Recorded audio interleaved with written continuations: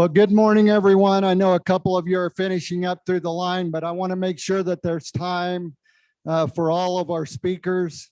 Is everybody awake on a Friday morning? Maybe that wasn't. Brittany Wingus was the only human that really responded. So Brittany, stand up and tell her, how are you doing this on this Friday morning, Brittany? And so I hope everybody knows Brittany. And glad to hear that, right?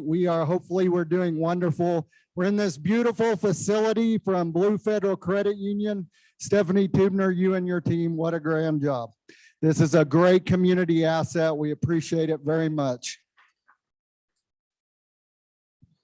Well, welcome to our third event for Business Month. And we couldn't do this without wonderful sponsors and David Pope with DAP CPA. David, we can't tell you how grateful we are for you and your team and your willingness to sponsor this and stand up for small business in our community.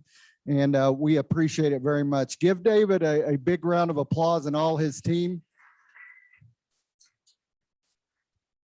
They've done this for several years. We have some other sponsors we need to recognize. Our gold sponsor, iHeartMedia. We have silver sponsors, and if you're here, please wave your hand when we announce you. Advanced Comfort Solutions, Blue Cross Blue Shield of Wyoming, Blue Federal Credit Union, Holiday Motors.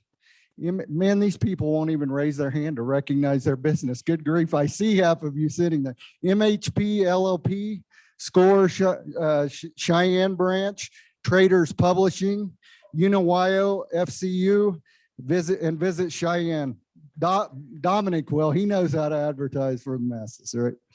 Our bronze sponsor, Cheyenne Regional Medical Center, Cherry Creek Mortgage, Capital Roofing, Carpet One Floor and Home, Clean Clinic, Express Employment Professionals, Fairway Independent Mortgage, High West Energy Companies, and I know their new CEO is with us today, so would you stand up and let everybody recognize you?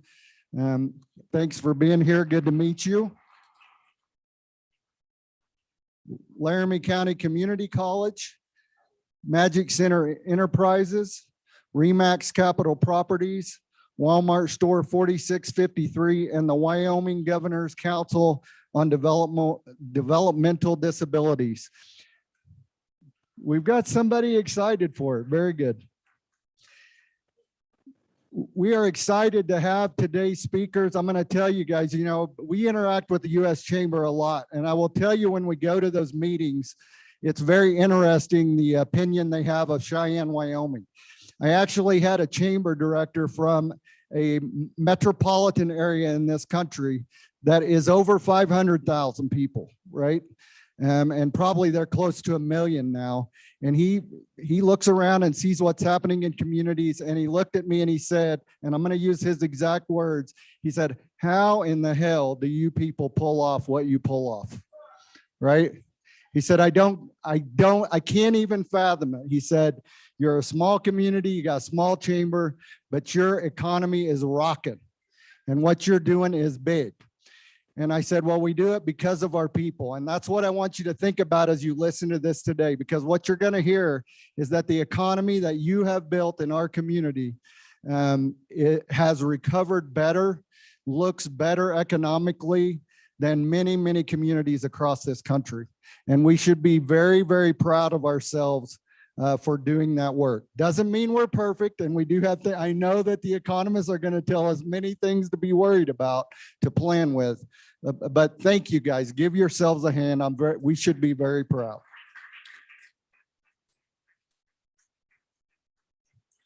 And with that, please welcome today's speakers. I'm going to introduce both of them, and then we'll ask Dr. Alexander to come up. But we have Dr. Ann Alexander from the University of Wyoming. You guys all know her. You've heard her before, and she has excellent information and data.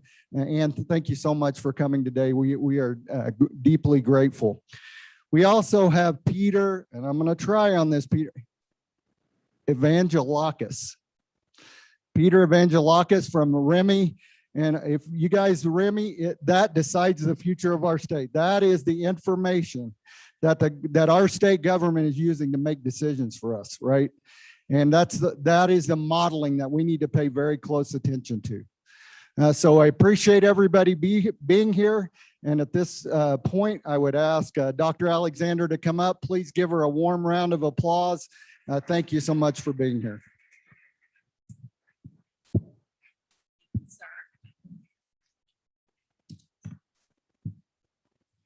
One sec while I get set up here, guys.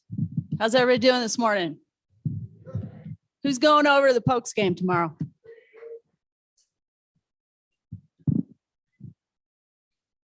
Coming over for homecoming next week?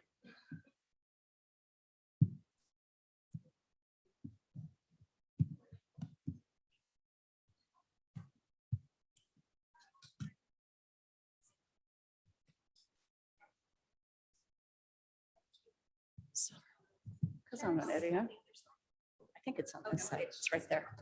Yeah, it's just tight. Sorry.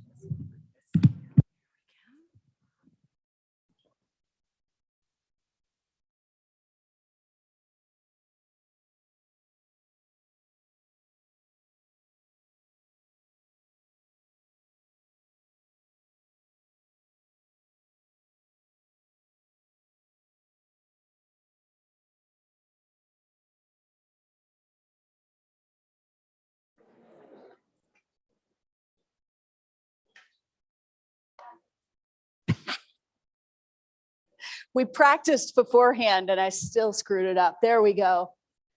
All right. Thanks so much, Dale, and to everybody for coming out today. This is quite the raucous crowd. I'm really glad to be here. And I was telling a couple folks this morning, the last time I gave an in-person presentation forecast was in February of 2020. And I had like a couple of slides that were about this crazy little supply chain disruption going on over in Wuhan, China, because of a thing called SARS-CoV 2019.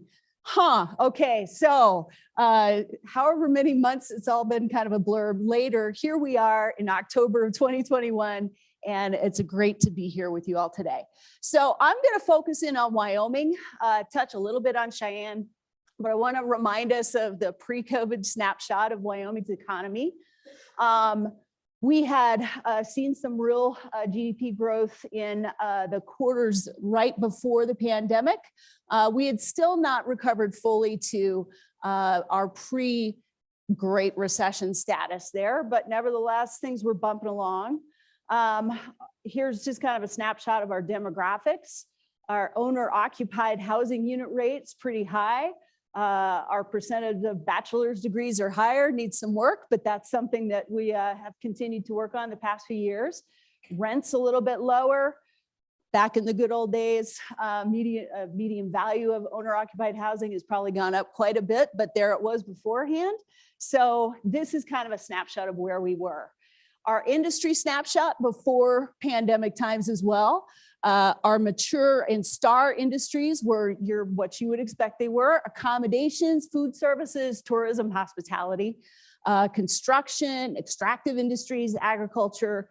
And so all these little pieces of thing right here this is what's called a location quotient, which Peter can tell you all about, but essentially that tells you how concentrated an industry is in your area relative to the nation. And then the number of workers in that industry, or sorry, private employers in that industry. So our stars were up here, our mature industry is there. We had some transforming and emerging up and comers coming along as well. This tells you a little bit, it's a little hard to read, sorry, it's busy, but this shows you where we worked and how much we made prior to the pandemic. So again, you can see that a lot of this focuses on support, administration. Down at the bottom, there's legal here, there's farming, fishing, and forestry. So this tells you where we worked, and this tells you the wages that were made by those various occupations. So that changed quite a bit. This is what happened as soon as COVID came along. So this shows you the difference, but I'm going to have several depressing slides here, as Dale said, we're the economists. Our job is to depress you. Okay, so sorry about that. It's part of my job description. It's something we take an oath at the end of our grad programs. So this shows you how badly COVID hit, not just us, right? This is focused on Wyoming. This was pretty universal. But you can see that the hardest hit, well, there were a lot of really hard hit things here, but mining and logging went down 27% between January 2020 and January 2021. But everything went down. The smallest reductions were in travel, transportation, utilities, and education, health services, but leisure, hospitality, information, construction, total, everything went down over that course of that little short period of time. Our unemployment rate going into the pandemic was 4.4%. We had a pretty strong labor force participation rate. By a year later, we ended up with a 5.1% unemployment rate, which you might say, well, that's not that bad, except our labor force participation went down, which meant people just dropped out of the labor force. This is still a headwind that we have here in Wyoming and across the nation, right? There are people moving from industries to industries, but also just not in the labor force anymore, particularly women and minorities. Here's another depressing snapshot. This shows the change in employment status from February of 2020. And so the first red line on all of these shows the reduction in employment from February to just May of 2020. So a very large reduction, obviously, in leisure and hospitality. We felt that very keenly all across Wyoming, from Cheyenne to Yellowstone, right? Government employment, education, health services, pretty much everything went down yet again. If you compare it to 2021, July of 2021 relative to February of 2020, still down pretty significantly. And let me come back to this right here. This construction number, that's important. I'm just going to throw that one out there, right? There, I'm setting Peter up for a good thing there. So that's important because we have been seeing real housing demand go up and real housing supply stay stagnant. If we look at just the impact slowing down, this shows between August of 2020 and then a couple of months ago. So you can see that there's some bounce back in total private employment and professional business services, leisure, hospitality, other services, mining and logging, manufacturing, transportation, and utilities. Information still down, education, health services still down, construction still down, okay? But these are Wyoming seasonally adjusted employment numbers. And looking at the unemployment rate and labor force participation rate, in August, we did have a very high unemployment rate, 6.2%, August 2020, but by August 2021, it had fallen to 4.9%, still pretty high for us. Labor force participation rate still low. One bright light, I think we could call it, one happy thing that I have happy things in here, I promise. I'm not just gonna depress you. But one thing that did occur in Wyoming that was interesting was that we had a lot of net movers into the state. According to the US Postal Service, we're here in this light green category, which means we had net in movers, and we were not in one of the red or pink areas, which had net out movers. But you can also see that some other places, Idaho, for example, had even more. So a lot of folks moved from basically from cities out of cities, at least temporarily, but maybe a longer term trend. This only goes up to July of 2020, so that's a pretty short amount of time. If we zoom in on our own economy here in Wyoming, just as far as an outlook goes, on the downside this year, we've seen some cost of inputs and the drought weighing in on our agricultural sector. And so that's on the downside, but on the upside, we've also seen a broad increase in commodity prices. So our farming agriculture sector, all the way from farming and ranching to forestry, has been buoyed by commodity prices going up. Slightly good news on the inflation front. We've also seen favorable credit conditions for our farming and ranching community. If you look at coal, on the upside, Powder River Basin coal production increased by 6% in the first 2 quarters of 2021. So much bigger production levels versus 2020, right? So that's good.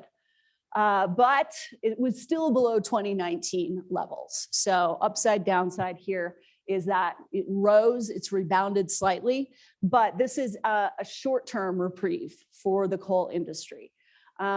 Basically, part of that reprieve is coming from the fact that natural gas is so expensive, which was the switching fuel for many of our electric power plants. So we've seen a slight reprieve in the structural decline of the industry, primarily because thermal coal is now marginally more attractive than it was before because natural gas is more expensive. But Arch has indicated that it wants to leave the basin. The Coal Creek mine is scheduled to close in 2022, and we will continue to see employment declines in the sector regardless of production and value. When you look at natural gas production has been declining in Wyoming for the past decade. We had a real strong boom for several years, but then everybody else started figuring out how great it was to drill natural gas. And so there you go. The market got saturated. So our production and our prices have been going down. But there's been a rebound in natural gas prices recently, obviously. Part of that's because everybody stagnated in drilling activity for so long during the pandemic, but part of it's other geopolitical issues, right? So our natural gas production and outlook is likely to decline more in 2021 because of that pause in our drilling activities. And we will continue to see high prices from natural gas, and that will help to the positive on the state government finance front. This is just another slide that shows you natural gas. Natural gas is on the blue line here. So oil and gas jobs have been steadily dropping, and you can see that the blue line there went down pretty significantly during the pandemic. It's popped up a little bit. So we now have active 14 rigs, and the conventional gas rig count was 2, whereas it was 0 before. So this just goes to show you that price is rebounding, but probably drilling activity and drilling employment will probably not rebound. This is another upside, I guess you could say, just to throw a visual on it so everybody can see there has been a real increase in natural gas prices. This only goes through September. That's gone up a little bit more in this month. But currently you can see here were the big spikes back when we started getting in the business. And then over here, it's gone back up to about 516 million BTU.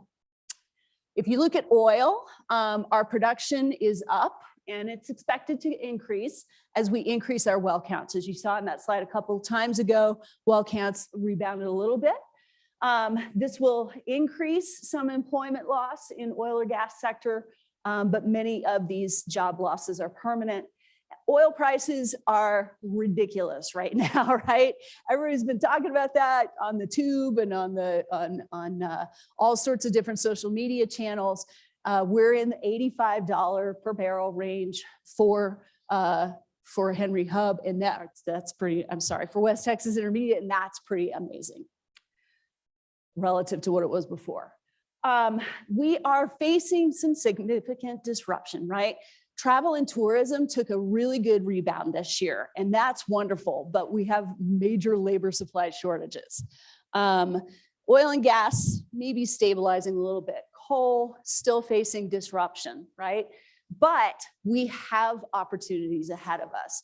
One such opportunity is the strategic ground-based initiative going on here in Cheyenne. You guys are always doing, let me just say, better than most of the rest of the state always. And that's gonna provide a great deal of stability for you in the long run. But as far as Wyoming just writ large, we do have opportunities out there in our traditional sectors. So in energy, there's wind and solar, of course. We live out by Vitavu. We see every night all the windmills flashing at us from across the way. And yay, okay? That's money and we like it, so it's good. Blue and green hydrogen, we have some real opportunities here, particularly on the UW side, partnering with private industry. Blue and green hydrogen is renewable, blue is from fossil sources, but this is something that the School of Energy Resources has really been plowing into as an opportunity for the future, as is carbon capture and carbon engineering. If you look at agriculture, we have some real opportunities here. There's some amazing work going on at UW around the soil microbiome, which could have a lot of real practical applications out in the Wyoming farm community. Farm robotics are going to increase productivity across the board. And I know a lot of people who are using everything from drones to blockchain for their cows, right? So this is a real important opportunity for us to continue leveraging. And then when we look at travel and tourism, those remote workers, they came here to live in that really short period of time when they moved into Wyoming. They might like it here. I'm sorry to tell you that, but they might stay. And that's all good because then they will contribute to our economy. And so remote work is probably here to stay, and we can leverage that because we have some really beautiful places for people to live. There are some downsides on that and also some barriers, but also upvalue sustainable tourism. We have millions of people that come to this state every year. They want to go to Yellowstone. They want to go to Devil's Tower. They want to go to all of our beautiful national forests. But they are also across the board the cheapest tourists on the planet. They don't spend any money here. They're like, let's just buy our food in Colorado and bring it up. No, we want them to stay and we want them to spend their money here. So part of that you might have heard about at UW, we have an initiative called the Wyoming Outdoor Recreation Tourism and Hospitality Center, the Worth Center. That's part of what they're going to try to figure out. Let's get people to spend more money here, right? So we don't want cheap tourists. We want people who spend a lot of money here. And we can capitalize on some of our really great resources and promote sustainable tourism. So what is our outlook? Well, first we got to get through this, right? And we've been doing a pretty good job. The state's been focusing in some of the grant activity that the feds have put out in Build Back Better for an energy rebound program. We have been the beneficiary of a stimulated tourism environment. We do have better supply chain in-state capacity than many other places. And here's the big one right here. I was just telling my fellow economist a little while ago, I live in one of those broadband deserts between here and Laramie. And last year when we were doing remote work, I was the interim provost, so I had a lot of meetings. And I had a little Cricket wireless hotspot that I used that some days I'd have to turn off the video and I'm like, I'm really here, I'm listening, I promise. And then finally we just gave up and went into Laramie every day, no matter what. Kept the doors closed, wore the masks, all the things, but it was really annoying, right? And we're not the only ones. There are a lot of people that this puts a significant crimp on their ability to connect to the world. So that's something that I know we've been working on with the state, but nevertheless, this is key to us if we're going to have those remote workers, especially. Phase 2, as I see it, is drive. Continue to capitalize on those new opportunities for Wyoming. Provide reliable high-speed internet access. We recently were able to tap into Elon Musk's Starlink. So we have Dishy McFlatface. If anybody wants to come visit him, he's great. But we need everybody to have access to high-speed internet. You here in Cheyenne have some of the best connectivity in the entire state. You should be very happy about that. We should enhance and promote our food supply distribution and markets and continue to retain and attract our skilled workers. Now, I know that that's that push-pull of growth that we're always feeling here in Wyoming, but let's focus, if you don't like the attract, let's focus on the retain. Let's keep the students that graduate from UW, 70% of whom currently leave the state upon graduation. right? If we retained even just 5% more of them, that'd be like 400 extra people in the state, Wyomingites. So keep that in mind. And if you do all that, you thrive.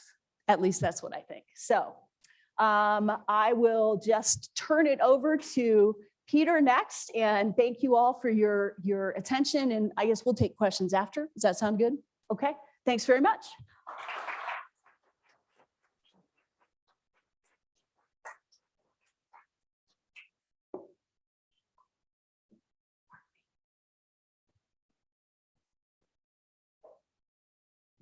Thank you, Ann. That was a good outline from where we're going. You know, one of the things that really struck me when she was speaking was she was talking about our need for college degrees in our community. This is something we've been looking at for a few years. As a matter of fact, Senator Nethercott championed that issue. I immediately looked over at her because this is something we see here. And this is what I'm talking about. We choose to build our economy. And folks, I'm going to tell you, when you saddle up for the business community, there is a price for that, and they take some beatback. So Senator Nethercott, thank you for all of the work that you do on the business community's behalf and listening to the people of this chamber. We have appreciated that very much. Yeah, give her a hand. She deserves it. Representative Henderson here. Bill, thanks for all your work. It takes these guys, right? And they listen to us and they give us what we need. So we're going to move on to our next phase. And Peter, I'm not even going to try the last name again, but Dr. Peter, is that okay? Yeah, Dr. Peter is going to be our next speaker. And I've been visiting with him. I know he has some very good information to share with us, and he is from Remy. So please welcome Peter Evangelakis, right? There you go. Give Peter a good round of applause.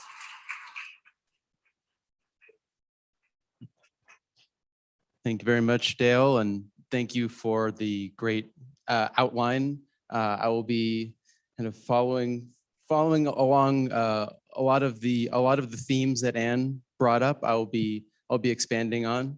But first, I wanted to say that it's been a couple of years. I'm very glad to be back in Wyoming.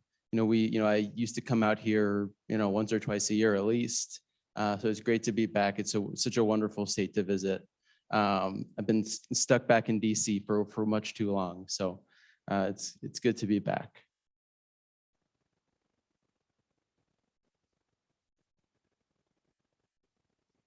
All right.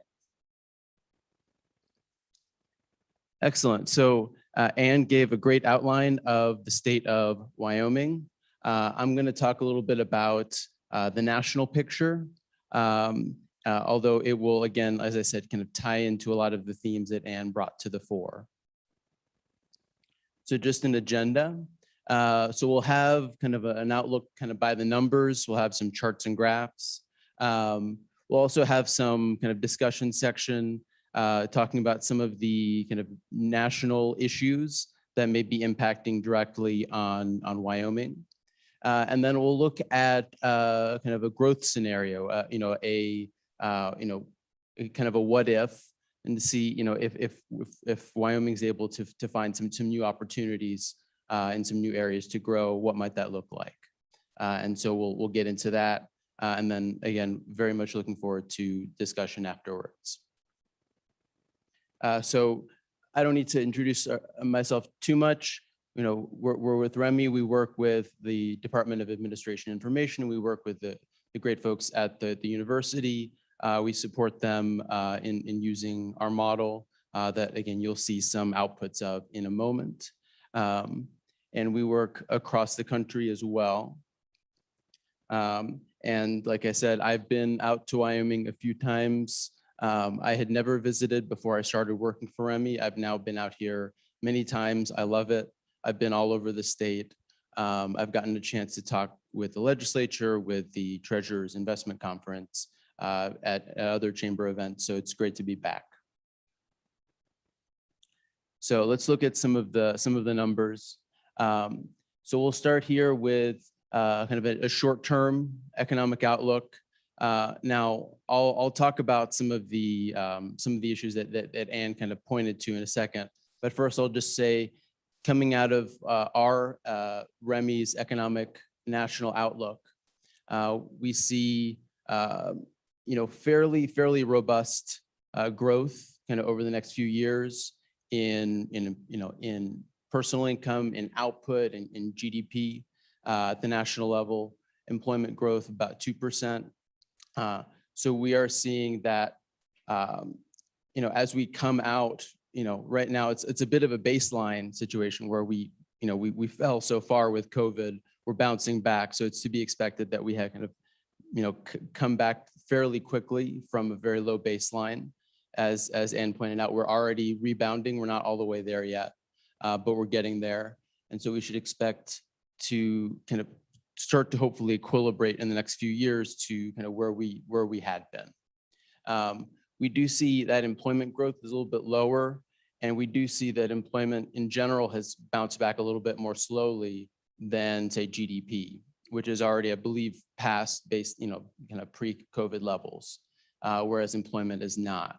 Part of that, so kind of, if you think about that, that's, a lot of the service sectors that have been hit very hard, that tend to be very labor intensive, have certainly not fully recovered. I know that that's certainly a concern of the chamber, and kind of, here across the country, and all business owners is, getting back to work, getting customers back in the door. So I think part of the, what you might consider to be kind of an increase in productivity, right? GDP rising faster than employment. Part of that is that industry mix where you have these, service sectors that are more labor intensive. It'll be interesting also to see, now we're all on Zoom. We didn't used to be, we're all, we've done a lot of innovating over the past, year and a half to deal with COVID. I think I'm hopeful that as we move forward, we can take some of those productivity gains, some of those good ideas that we used to survive, and use them to thrive. And so I'm hoping it's not just kind of an industry mix situation, but we're also kind of leveling up productivity a little bit going forward. Now these numbers take into account to some degree, but I just wanted to highlight a few of the kind of issues that are top of mind nationally. Of course, supply chain disruptions are continue to be a big problem. I'm of the belief that they are not kind of the new normal long term, but it's clear that they're going to take a while to resolve. Possibly, on the order of several years, probably, kind of the time scale that you see here between, in the next few years. I don't anticipate that it'll be kind of fully resolved. I think probably there'll be some action from, the Fed, for example, in kind of moving rates to help kind of deal with the inflationary pressures that's creating. I'm hoping that they kind of keep their word a little bit. That they have this new paradigm of, wanting to keep inflation at 2%, undershooting and overshooting, kind of averaging out to 2% long term. We've been under 2% inflation for quite a while. I think running the economy a little bit hot, even having to deal with some of the inflation pressures that we're seeing now, is probably okay, as long as we keep some reins on it. I know that also there are efforts nationally to deal with supply chain disruptions by running FedEx, UPS running 24 hours to try to alleviate. Those are certainly not all of the issues. A lot of the issues are also coming from overseas and dealing with kind of trade issues. Those are going to be harder to deal with, domestically in the short term. But I think there are some steps that are being taken that will hopefully help alleviate that. And I want to say also, that's also one of the contributors to, as Ann mentioned, kind of the housing market being very hot, very, very constrained, prices rising. An interesting thing that we're seeing, of course, is people kind of rushing out of the cities, going to the suburbs, going to the coming to wonderful states like Wyoming, to kind of be in nature during COVID. And so there are the kind of the market dynamics, I think, are kind of all in a frenzy. and where people are wanting to buy houses and there's just not enough houses and there's not enough materials to build new houses. And so again, I'm hopeful that, in the next 24, 36 months, I'm hopeful that some of these issues can be dealt with. Although I would say, generally speaking, in the US, there's kind of a generally been an undersupply of housing for quite a while, especially in more urban areas. So I'm hopeful and maybe in the long run, to the extent that people stay out, stay moved out of the urban centers to some degree, I'm hopeful that can alleviate some price pressures going forward for folks across the country. So this is kind of a high level short-term economic outlook. I will not try to steal Ann's thunder too much. I just wanted to offer this Wyoming outlook over the same period, just as a point of comparison. Also, fairly robust growth coming out of COVID. We see, growth output GDP, personal income, between 2 and 3%. So robust, a little bit, I guess, just a few percentage, few kind of decimal places below kind of what we're projecting at the national level, but still very robust. And I'll say, with employment, kind of, you'll see kind of a bit of a different pattern, maybe a little bit of a kind of a slower on ramp back to getting employment ticked back up, but certainly moving well in that direction by the next few years. And then I'll just give a bit of a longer term picture. So we see here in the long term, we project, again, output, GDP, employment growth, getting roughly back to trend a little bit more. We've dealt with COVID, we've dealt with these supply chain disruptions. I think these are, not very short term, but, short to medium term issues that we're hoping will kind of flush out and we're able to get back to where we were a little bit on the right trend. And, we'll see, output GDP growth, employment growth, kind of fall relative to where they're going to be growing now, just because right now we're coming out of the recession. Once we get back up closer to where we were, things kind of, even out to where they kind of had been growing before. Now I want to touch on some of the kind of national issues that may be impacting Wyoming, very specifically.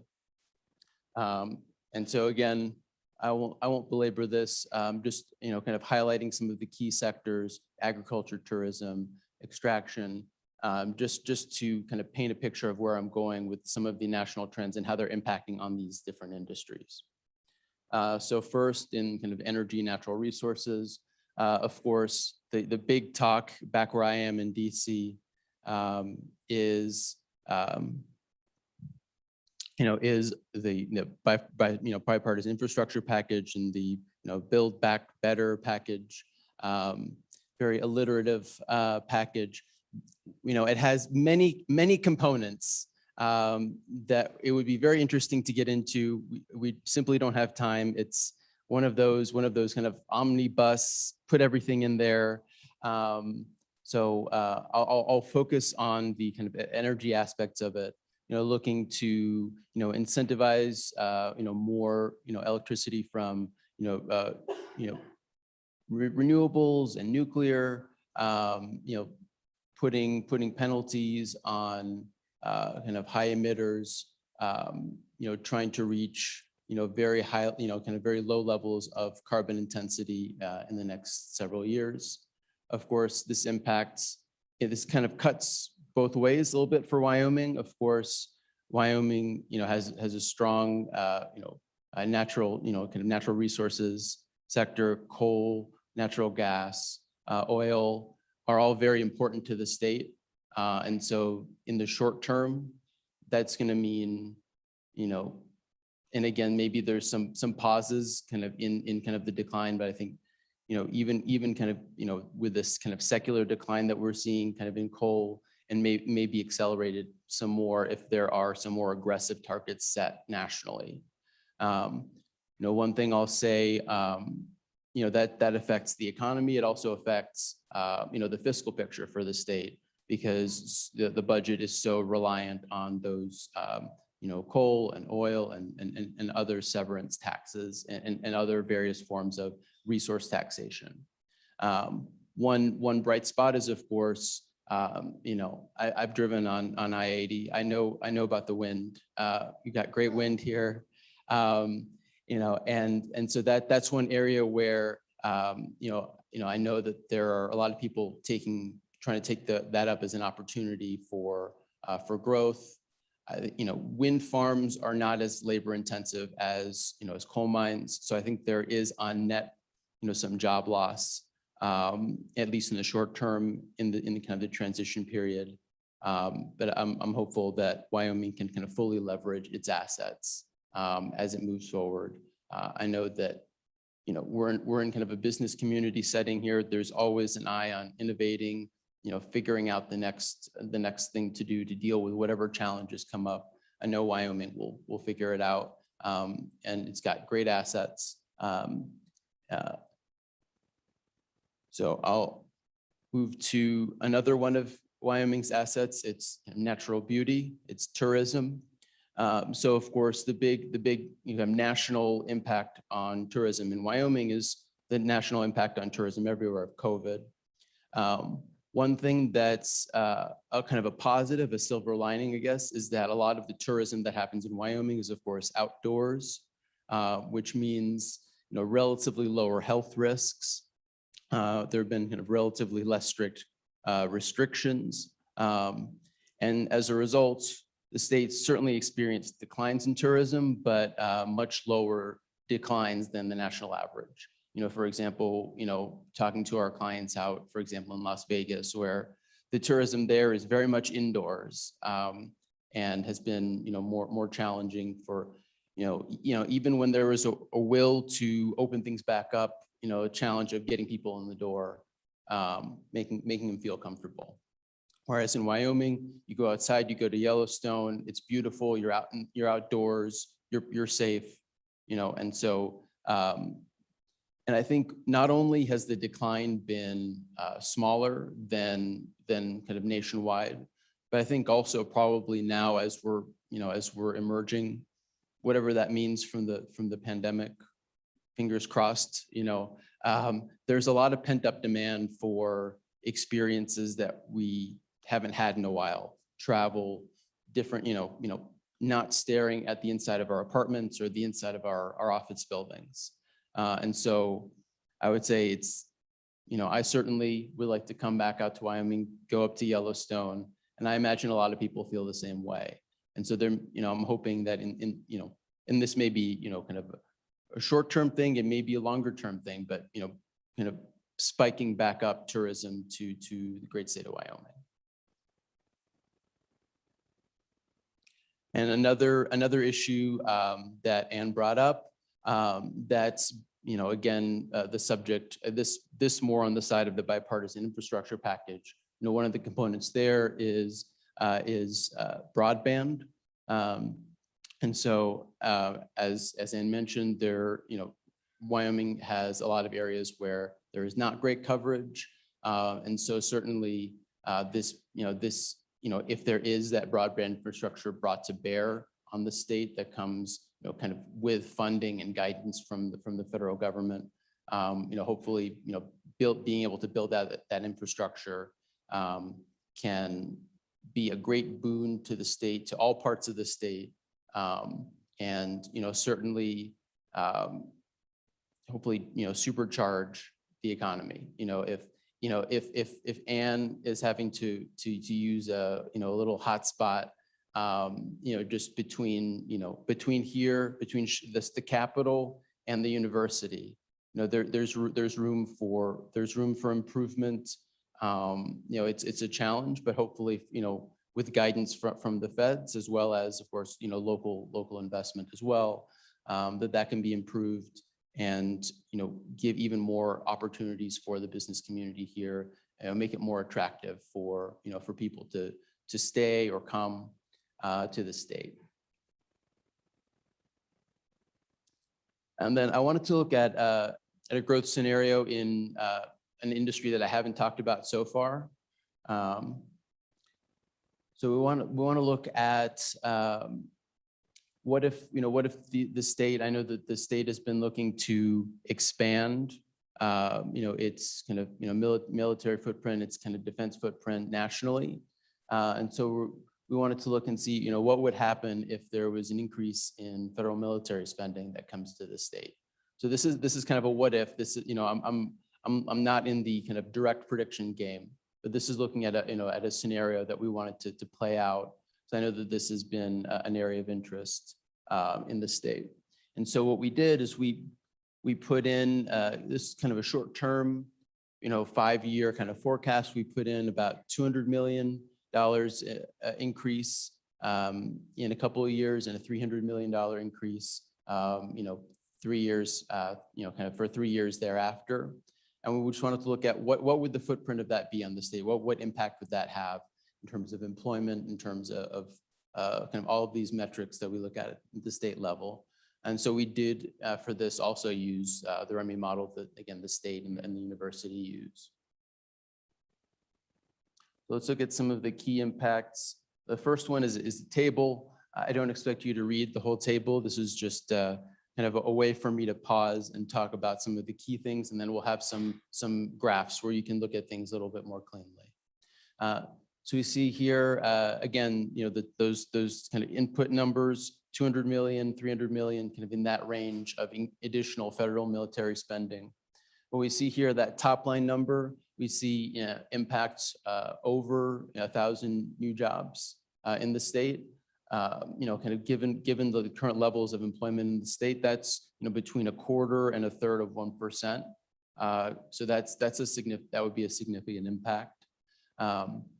We also see, we talk about attracting population. Of course, those jobs bring population. We see growth in GDP, gross state product, in economic output, personal income.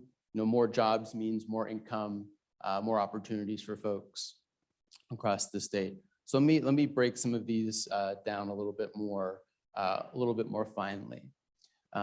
So here we're looking at between 2020, 2025, just looking at some of the employment impacts broken out by some kind of key top line industries. So at the top in blue, you see the total impact. So those are the numbers you saw on the previous slide. And then we see in yellow, the federal military spending. So kind of those jobs that are coming directly from the spending. But we also see, the gap between those two are all the other jobs that are created that are stimulating the economy. So things like construction, there needs to be new construction activity to investments need to be made to be able to meet those military contracts. There needs to be more manufacturing of, kind of to meet that demand.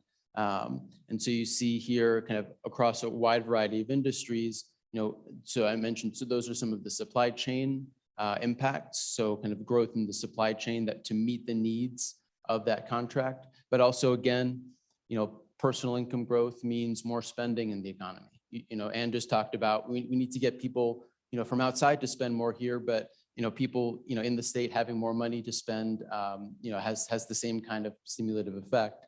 And so we also, going into those top line numbers is also growth in, retail and food services, people going out to restaurants and,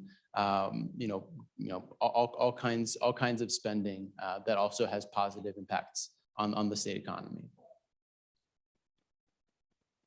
We also see, and we'll see, we'll kind of get into the population a little bit more, but we see along with the population, a growth in the labor force. So the numbers here are kind of a percent change. This is kind of relative to our baseline levels of labor force.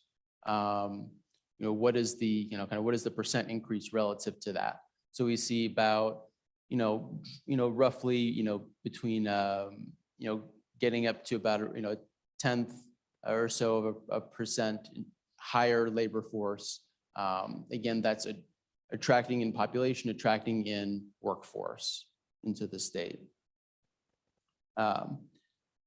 with an increase in demand for employment, also generally is going to come an increase in wages. You need to hire workers. Certainly, we're seeing that more generally in the economy, especially in the service sectors now, where workers are demanding higher wages. They have a little bit more leverage, and certainly if there's more demand for workers, workers generally going to have more leverage, be earning higher wages or see kind of higher raises or bonuses. And so that's yet another benefit that we would see, and that's going to go into the impacts on kind of real disposable income. So income, what income is. Disposable income is just after taxes and all of that, and then real is how much can you actually buy with that money. And so we're seeing, we do see down here, we do see a bit of an increase in prices. With economic growth always comes a little bit of uptick in prices, but all in all, you see a fairly robust increase in the ability of people to buy more goods with what they've got, with what they're earning. And so we see strong growth in income, and that comes again both from more employment and higher wages. And then here we see in blue, we see population growth. Again, that's largely going to be driven by economic migration into the state to take the jobs, people moving in to take the jobs, moving in with their families, things of that nature. And so you see there in blue. And then down at the bottom, you see some of the kind of components there, natural growth being kind of births minus death. So as people come into the state, there are more people living and dying in the state, but also there continues to be migration into the state as jobs continue to expand, as opportunity expands. Although that kind of equilibrates a little bit, right? As people come in, the jobs are taken, it becomes somewhat less attractive over time to come in relative to when the jobs first opened. But you see kind of basically you get to like a new level of population, kind of a new kind of higher sustained level of population. And this is just that information kind of in tabular form again. So I'll skip right over that. And then I just wanted to make some concluding remarks here and get into our Q&A. And so there are kind of two components. So on the left, two boxes, we see our outlook. So we see, again, bearing in mind that there are headwinds, supply chain, housing, there are significant headwinds, but we do see over the next few years, mostly a relatively robust bounce back from COVID. Again, I talked about, the kind of the short-term increase in kind of measured productivity. I'm hoping that that's not just, employment being hit in these service sectors in the short term, but also I'm hoping that we can carry forward some of the good ideas that we've had forward into, into the longer term. And then, kind of easing into a more baseline, hopefully more productive, longer term trends. For Wyoming, again, healthy short-term growth, a little bit behind the national, but very robust. I'm hoping that pent-up demand can help tourism bounce back. And again, I highlighted several kind of key policy proposals and issues at the national level that are impacting or could impact Wyoming's outlook. And then in terms of the scenario that I just showed you, again, strong employment impacts, increases in population, and I'll say, population growth, I know has been a discussion, has been the topic of some of my other talks in the state. Can be a challenge fiscally if you're bringing in population that doesn't kind of bring in revenue along with it.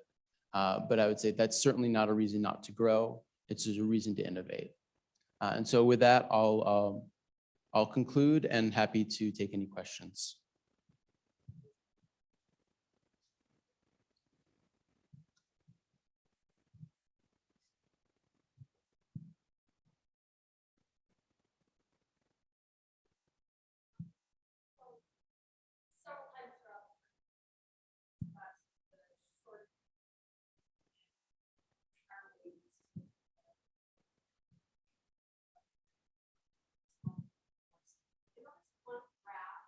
Where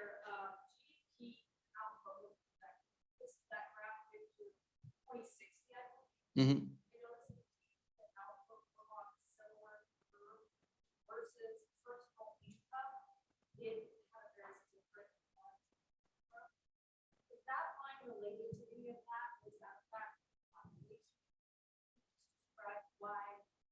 The GDP and output were on one. Sure. Yeah. Yeah. So, as you saw, the person, kind of across the board, more robust, and I can just kind of jump back to that, actually, just so people have context here. So kind of the blue line versus the orange and kind of silver lines there. So it's something that I haven't fully dug into, but I think certainly, that's going to come, from, robust growth in, kind of compensation over time. So if you look at, personal income growth, 4%, employment growth, about 0.5% in the long run. So that's about, if you take the difference, that's about, 3.5% kind of personal income, per job. And so if you think of that as kind of, the annual raises that folks are getting kind of in real terms, it's I think a little bit higher than what we've seen, but I do think that, some of along the, and I don't know that this fully captures the discussion we were having about, kind of shortages in the short term and more worker leverage, but that may certainly be a part of it. But I would say that this also kind of comes from, kind of looking at a variety of forecasts going forward. So I can't fully unpack it for you, but I think that is one of the issues. And I feel free to jump in at any point.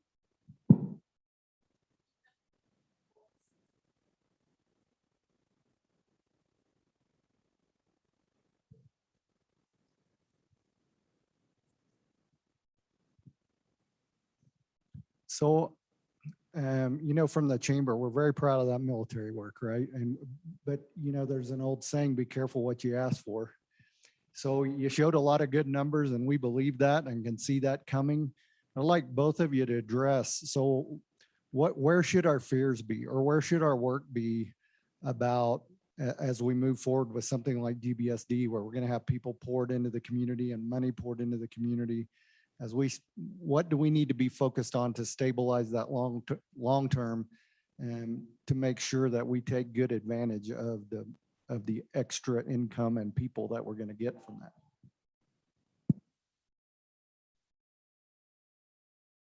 Poor guy's been talking all this time. I'll give him a little bit of a voice break.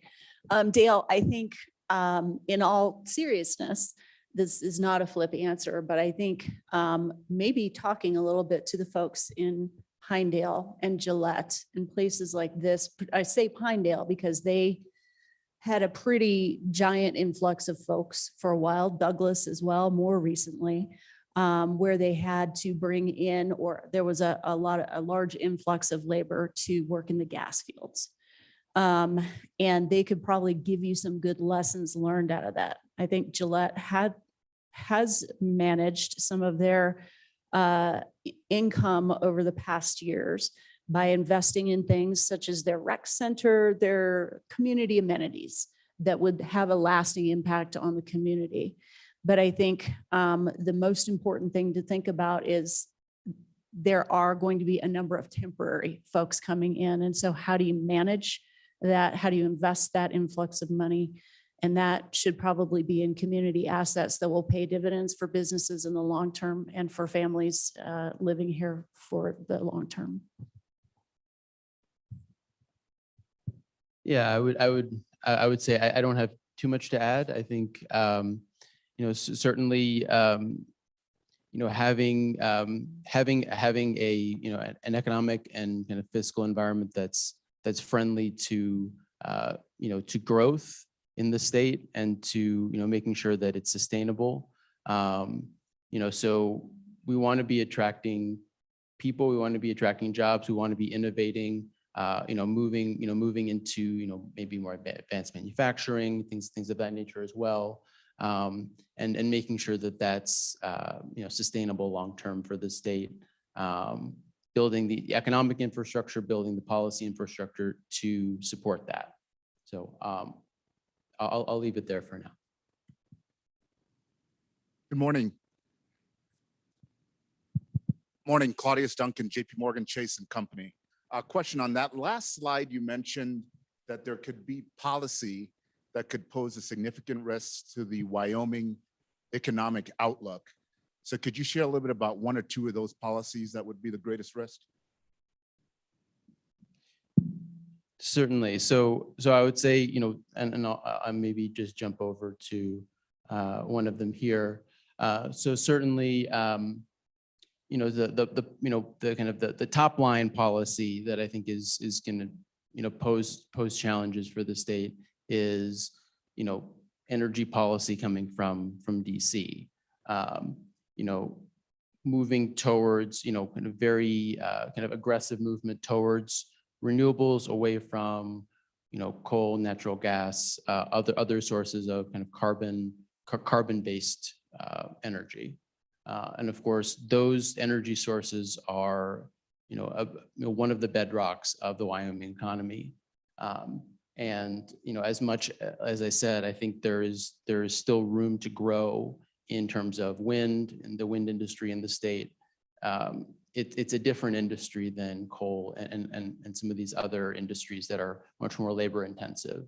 And so in terms of the kind of the on the ground jobs kind of impacts, that's gonna pose a challenge. I think there are opportunities, but there'll be significant challenges, at least in the short and medium terms.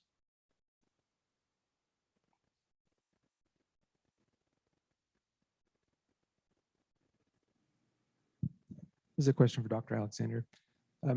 In the presentation, you had a before COVID and after COVID growth figures. And one of the post-COVID, I think it was the August going forward, it was like a negative 11% in the construction sector. And you hinted at more context about that, but didn't want to steal your colleague's thunder. Drivers of that decline, reasons or things maybe to be hopeful for, things we could focus on to improve that? Do you have more context to share? Thank you. You bet. And I would welcome Peter's comments on this as well. But primarily, construction was down because there has been a real shortage of materials and labor. And so that has the two inputs that are the most important there.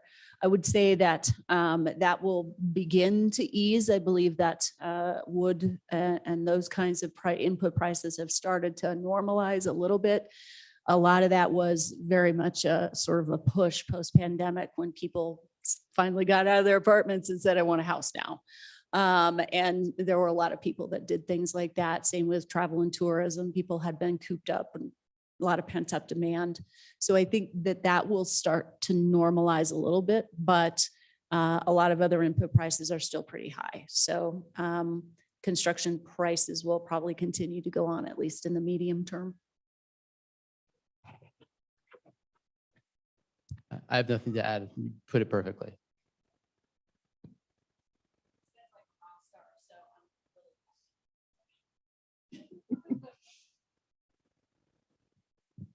Thank you very much for coming. I'm curious, possibly Dr. Alexander would have more insight into this, but we're very fortunate to have a very active Wyoming Business Council and a School of Energy Resources at the university. Do you see those entities being able to help address these challenges going forward in the employment and manufacturing sector? I'll take a whack at that. I think that with respect to many of the forecasts that have been provided here, there's a real need for us to be, as a business community and educational community, working together to help make sure that we're prepared for these kinds of changes. I was just talking with Bob Jensen. Sorry, I'm going to call him out. But Bob was pointing out that our School of Computing could be a real asset for Cheyenne businesses as you prepare for that change in military spending here. And so we need to coordinate ourselves really well on things like this. Same with rare earth minerals, hydrogen, and so on and so forth. So we can blunt some of this, but we have to be proactive and think together about how we're going to do it. The market does what the market does, but we can start to try to direct the market our way if we're smart about it. So I don't know if that answers your question, Wendy, but that's where my brain went when you asked that.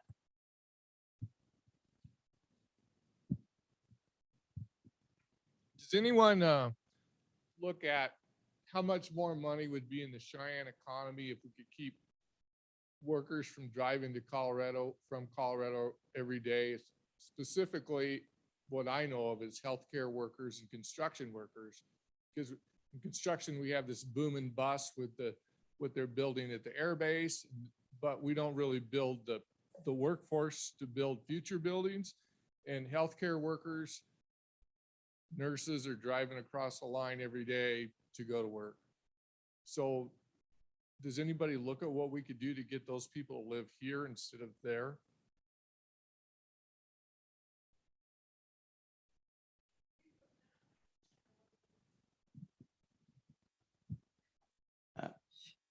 Yeah, I would say that's certainly a challenge. Obviously I live in a very different part of the country, but it's also an area in DC where there's a lot of cross-jurisdictional movement. It's obviously a very different context here, but I certainly do understand that kind of dynamic in general.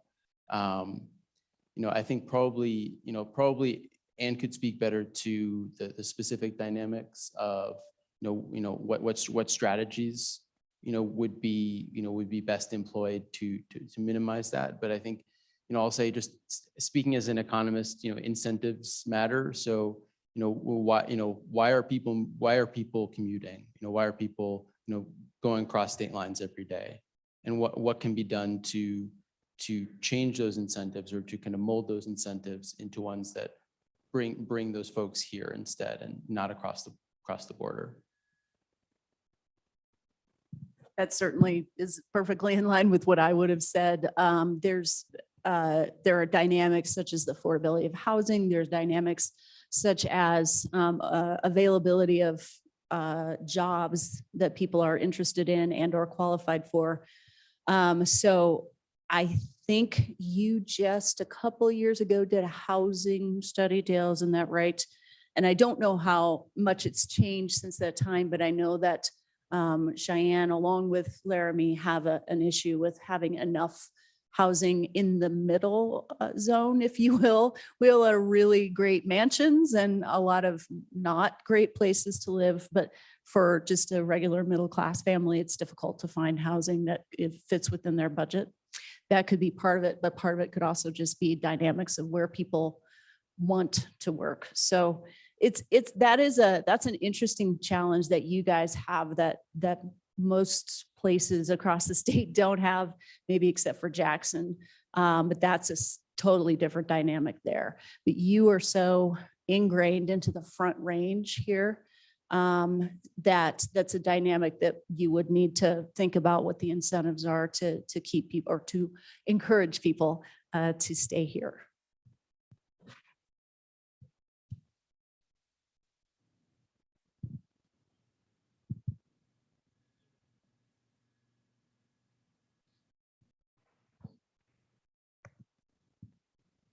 Give you a last chance. Any more questions? So interestingly about that, right? So one of the approaches the chamber takes, we know even from Warren Air Force Base, we have about 6,000 people total that go back and forth, and about 1,200 airmen from Warren that are going to commuting to Fort Collins. This is largely focuses around a housing issue. I think the important thing for us long-term is not to see this as a competitive thing, but to encourage more economy overall. So we've been working on extra lane on I-25. So you see that lane going in, 200 million of that came from our lobbyists, right? To encourage that growth. We partnered with those chambers on that. Front Range Rail, these kind of things that can build the economy as a whole, because we want to make sure that we are gaining as a group, right? And I think we can do that long-term. Any other questions that you have? I was just proud as punch seeing those military numbers. Some of you guys have been working on that a very long time. Very proud of your efforts. Any other questions? We've got one back here.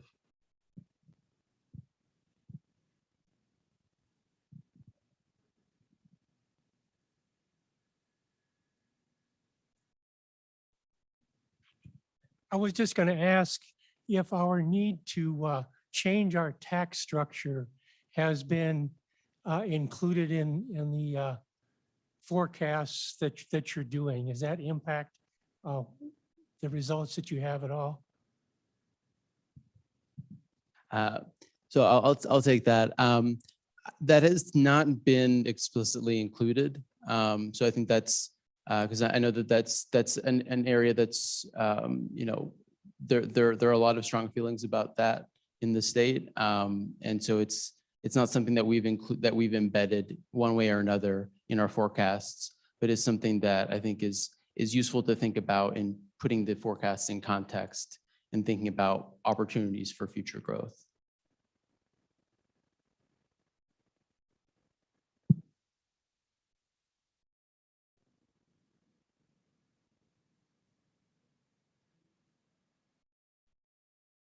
Any other questions while you got them, so now's the time.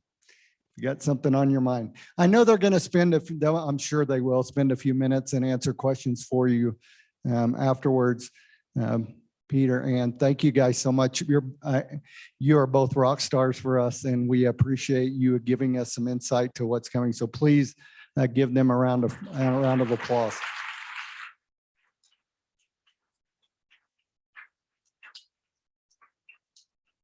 Hope everyone has a great weekend. You might have seen that we've got Christmas parade coming up. So buy poinsettias. That's part of how we fund that.